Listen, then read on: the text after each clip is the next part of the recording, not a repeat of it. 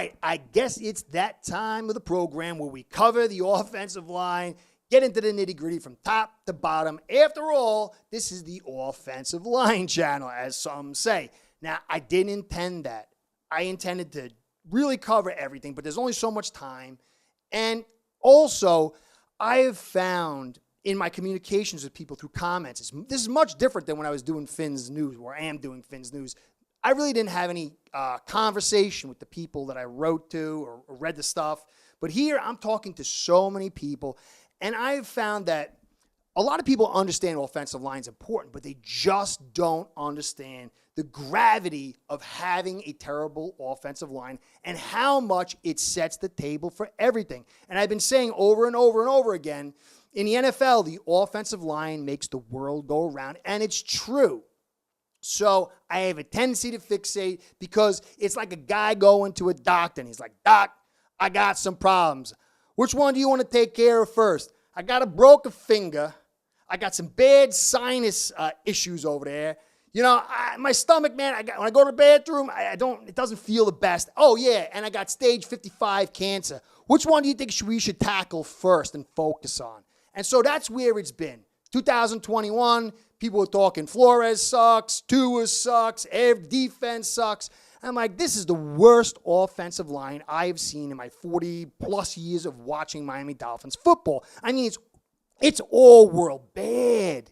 And so whatever you're writing, saying here or writing or whatever you're putting forth, it's got to be rabbit-eared by this terrible, abysmal offensive line. And then last year, I said, Tehran, he is going to make the world go around. If he's there, we got a shot. It's Tua and Tehran. He's one of the most irreplaceable pieces.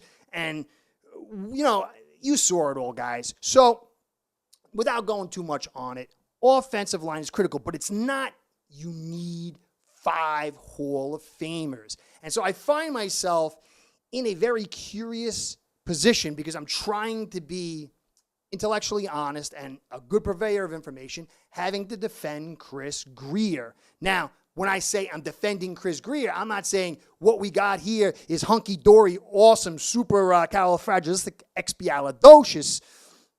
I'm just saying at this time, there is some positives. At this time, I can see the kind of direction, but there needs to be additions. And so I'm going to lay out this offensive line to you to show you, how we can make progress going forward, where the pitfalls are, what I'm thinking they're doing in the background, and also little few enigmatic things that are in my gut that I'm going to put out there. We'll see if they end up being correct. So we're not in a terrible place, and we're not in an awesome place. We're in a holding pattern with this offensive line.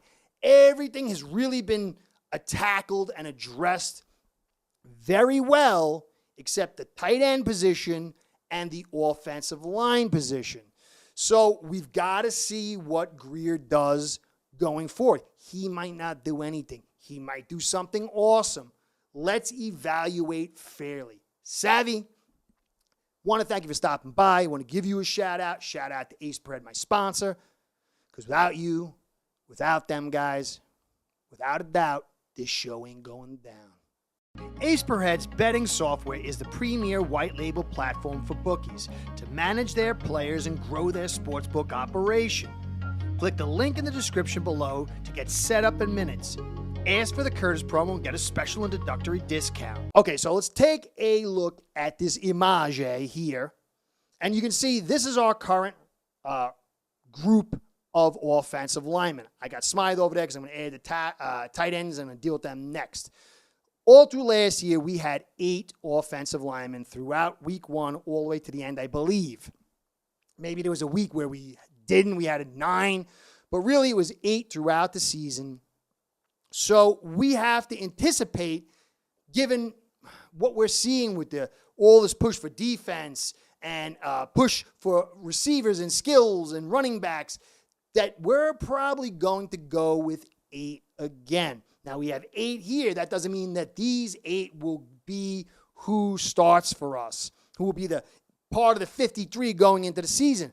But it also doesn't mean they won't. So Clearly, Armstead, even if he's half whacked with injuries, he is a very good player, one of the tops in the league. And when he's in, he changes everything. If he goes down, guys, for an extended period of time or in critical games, we are screwed. We've got the banana in the tailpipe, and it is going to be extraordinarily difficult for us to succeed. But it does not mean that my man Tehran is going to be injured. And also, my man Tehran can play through anything. He can come out with one arm chopped off, and he'll have an excellent game, and he'll play through and have a smile at the end of the day. The man is an Iron Man and super talented. So this is an unknown, but it's a clear, critical bullseye where it's going to be touch and go until the season's over. Now, next to him is Eichenberg, who's the exact opposite of my man. Good guy. But as far as a player, he's terrible. And from what you're going to see here, it looks like he's already penciled in as a starter. There's token talk of competition, but there was no competition brought in, even though I think some of these guys could beat him in a competition. So expect Eichenberg to start. Now, Connor Williams, I got to toot my horn, I think before just about anybody maybe, or I was one of the top first guys. I said he was playing center. It was just very clear on tape. I mean, it was just super clear on tape. This guy is going to be a center. He's never going to change from being a center unless he screws up the long snaps, his shotgun snaps or regular snaps. But I expect him to be much better. The guy was a basketball player. He's going to be our center going forward. We need to re-sign him, and I think he's exceptional, especially in the run game. And that's one of the best centers we've had. It's the best center since Pouncey. Clear, without a doubt. And then next to him is Hunt, who's going to be a free agent at the end of the season. He's going to get a big contract. He's been very good for us. He's probably one of the best. Tunsil's the best pick we had on the offensive line, although I don't like his inability to run block. Hunt is a very good player for us. Unbelievable pickup in the second round. And he is one of the best offensive linemen we've had over the decade. These three guys together are three of the best linemen we've had in the last decade plus. And they're together. Problem is, you got Jackson, who we don't know. He's highly enigmatic as well. You've got three of the best offensive linemen of the last decade and two of the worst. Dallas Thomas is better than Eichenberg. Okay? He's better than Eichenberg. And I don't think he's better than Jackson. But these two guys are the lowest of the low as far as output. So, sort of. And then the other three are the highest of highs. So you've got this polarity. And you can get by if you took Eichenberg out, left Jackson in there, and had a successful left guard. Because then you could, as I've talked in the past, you could flow the help down the line of scrimmage. I've been there. Okay, I'm not going to get back into that again. So we signed Dan Feeney. Dan Feeney could play center. He could play left guard. He's not good. He's subpar, but he is better than Eichenberg. In truth, he should start over Eichenberg. So it will be very interesting to see if Eichenberg really takes the position or, again, it's given to him. Not a terrible pickup, but I don't like him as my eighth if I got 8 offensive linemen. I like him as a 9 or maybe a 10. His flexibility is good, but you don't want to go into a game starting with him. I watched him with the Patriots last year, and it wasn't pretty. But at least he can play 2 positions. But then you got Robert Jones. Robert Jones, you can see here, they give him a 58. Part of that is he's still young, and he's in his zone stretch. And then there were times when he was, he wasn't playing next to a savvy vet. He had Armstead a decent amount of time, but there was a couple games where he didn't play again with Armstead. I think he had Shell or Little. Yeah, Little. And that's a little bit of trouble. So I like the kid. I don't think he fits our scheme. But again, I think he's better than Eichenberg, and he should start over Eichenberg. But he is a better right guard, and I like him being able to fill in at right guard where Hunt can kick out to right tackle if Jackson's not there. So that's a solid guy. I like him as my 8th and maybe 7th getting there, depending if I had a different scheme. So, but here's the interesting point. The Miami Dolphins re-signed Kendall Lammon, under the radar kind of move. It even caught me off guard because he only played about 32 snaps against the Patriots in the first half of their second game, and it was done for the year. But the kid's got a 67 PFF grade during that time, and the kid's shown that he can play. Now, his volume year was 2018, and you can see he graded 64.4, which is, and he plays left tackle and right tackle. I like this addition. This guy can pass block. Throughout it, I'm going to get into his 2 big years where we can take a look and dissect him as a player. But he can pass block very well at times. And most of the time, he's had successful pass blocking and poor run blocking, which is good if you want him to play left tackle or right tackle. So I like his signing, although it's an upgrade over Shell in the sense that he can pass block better than run block, where Shell's the opposite, and it's a vast upgrade over Little. But I don't know if he's going to be – I think he could be serious competition for Jackson. I think he could take Jackson's spot, but I don't know if that's really what it's designed for. So let's take a look at his 2020 season. He had 113 offensive plays, overall 76 grade. This season he had a run blocking grade of 72, which was a little bit better than his pass blocking, but still not a bad pass blocking grade. This was at left tackle, so it's not fantabulous. And then you can see here in his 2018 season, he had 859 snaps, overall 64. You see his run blocking was poor. It was almost a 60-40 ratio of his runs to passes. 75 pass blocking grades, pretty good.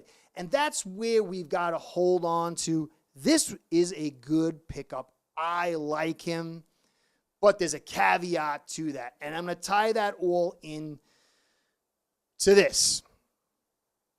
It looks like, from what I see, Tehran, he is a shielder. He's a move blocker. He's not a drive blocker. Eichenberg, he can't move my grandmother, but he can move, but when he gets there, he misses the blocks. So that's that. Connor, he's a good run blocker. He's not big enough to be a great drive blocker, but for a center, he's pretty darn good. Hunt, he can drive block. He can move block, although he doesn't move block as well as you'd want as a right tackle. And then Jackson, from what we've seen of him, he does not block well in the run game I'm talking about either. And so with Lamb in there, even if he usurps Jackson, when he maybe move Jackson to left guard or however you slice it, none of these guys are the greatest run blockers when you look at the starting group. And it looks like, from what I'm seeing, is we're going to be a pass-style offense.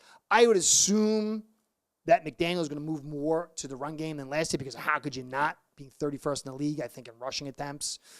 But if you get Lamb in there, who I like, to start over Jackson, you're still going to have problems with his run blocking. You're going to have problems with Eichenberg's run blocking. And then Tehran can block really well, but not really drive. And then we don't have the best tight ends in drive blocking either. So I do like Lamb. I think we have a decent skeleton, but if we only keep 8, it could get curious. Now, these 3 guys, Dan Feeney, Jones, and Lamb, can be cut, and better guys can be put in, and the hit on the cap is very small. And this is why we have to be patient.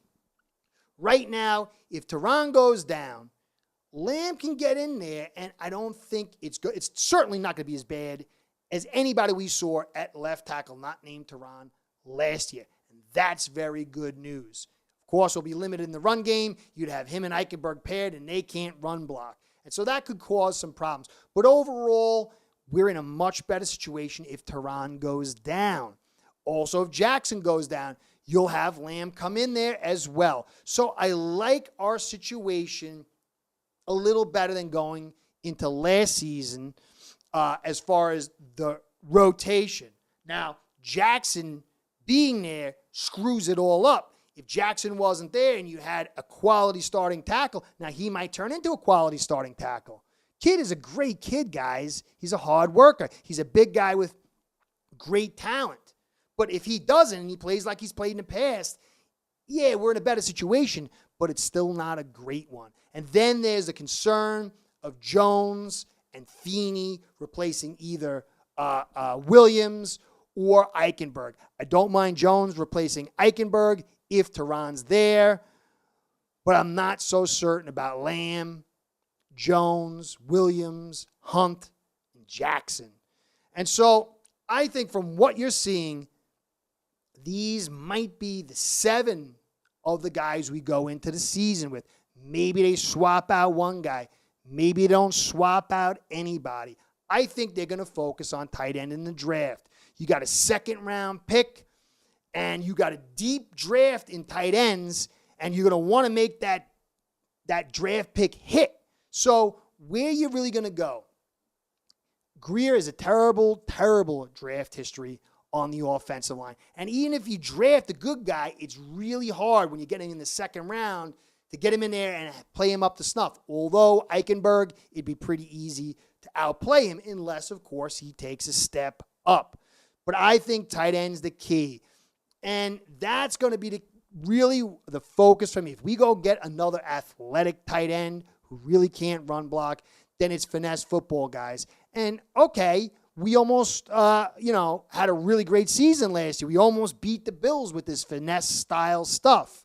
But it's going to demand us to be a team that carries all the postseason games through Miami or in a dome. We play in a dome because you don't want to be a finesse-style football team going into some cold weather game with the snow or rain or a terrible wind. It really puts it on you to have to control the division. And so maybe that's the intention. Stock up on defense, stifle these offense, have our offense put points on and play from ahead. That's what we've wanted to do for years. And it seems like that's what we're going to do now. We have McDaniel, the run coordinator, but I don't think he is going to go hot and heavy like San Francisco on the run game. It just doesn't look that way. The personnel's not there. There's not enough ammo to change the makeup, the complexion of this offensive line. So it does appear we're going to be a fun ball style team, which Waddle and Hill create great leverage that, maybe we can have an efficient running game within that. And Lamb does create a positive note a little higher than what we had last year. I still wish Shell would be brought back and we get rid of, have keep 9 and then put him in at left guard. I still say this guy's a much better guard than he is a tackle. If he played guard, he would be highly successful. But I don't think that's going to happen. I think he goes to the Bills. And I think this might be 7 of the 8 guys we go into week 1 with. And the key will be this blocking tight end. A tight end, he doesn't have to be the greatest blocker, but at least passable and then have passable ability in the pass rush. So that's really, when you look at our rest, I'm going to take one last look quick here. I forgot to do it, so I'm going to do it now. You can see with this PFF grading, our pass blocking and run blocking for our secondary blockers. And you can see Ingold is excellent in the pass blocking, but nobody else is really great. Durham Smythe is not bad in the run blocking, but it can be touch and go. That number doesn't feel right from what I've seen, but still it's not great to make up for a bad offensive line. If you had a good offensive line, you could have kind of run blocking like this with your edge blockers and it'd be okay. But when you got poor run blocking with as many guys as we have, it's not good enough. So this is where we're at, guys. I think we need one more good player. I hope I'm wrong, but I think penciled in day 1 starters is Jackson and Eichenberg. And I think 7 of the guys that we're going to see week 1 are right here with maybe one change. Will it be good enough? Tehran stays healthy all season? Maybe. I mean, what we were able to do last year, guys, is unbelievable, and it's going to get better, and his defense is going to get better. So maybe. It does not make me feel snug as a bug in the rug with this group. I wanted a physical style offense. I thought McDaniel was going to bring it. I don't think he's going to, but he might not. He might know better than me. I mean, I'm sure he knows better than me in football, but as far as the overall development and concept of the offense, I think you need a pass balance team that was able to play in these bad weather conditions up in, your division opponents. He might not think so, or he might be able to generate that with what he has. I hope so, guys. So, the final analysis, there has been this Lamb guy, I like him as depth. I hope we get one extra guy who's good to play guard or tackle. I'd say guard, even maybe more than tackle, but maybe not. I don't know. I'm still working on what I'm thinking here. But one more good player, one more, above average guy would be enough if Tehran stays healthy, guys. So that's where we're at. I don't go this way, don't go that way. Kind of stay in the middle of your lane, wait to see what happens. You never know. Maybe Greer goes and he drafts a second-round pick, offensive lineman, and the guy's a stud, and he changes everything. Maybe he makes some big trade with that second pick or future pick, and he fills out one of these spots, and it could be awesome. Maybe he finds two above-average guys that get cut going through training camp, heading into week 1, and he replaces Feeney, and maybe they go at 9 guys, and we got nice little depth, and maybe it all works out then too. Maybe. So I would stay positive but tentative, guys, but stay focused on this offensive line. It will make the NFL and the Miami Dolphins world go around in 2023. So, Curtis saying, catch you next time. Be well. Go Phins. Start building your own online sportsbook today by getting signed up with AceBread.com service that'll allow you to book action on sports from all around the world.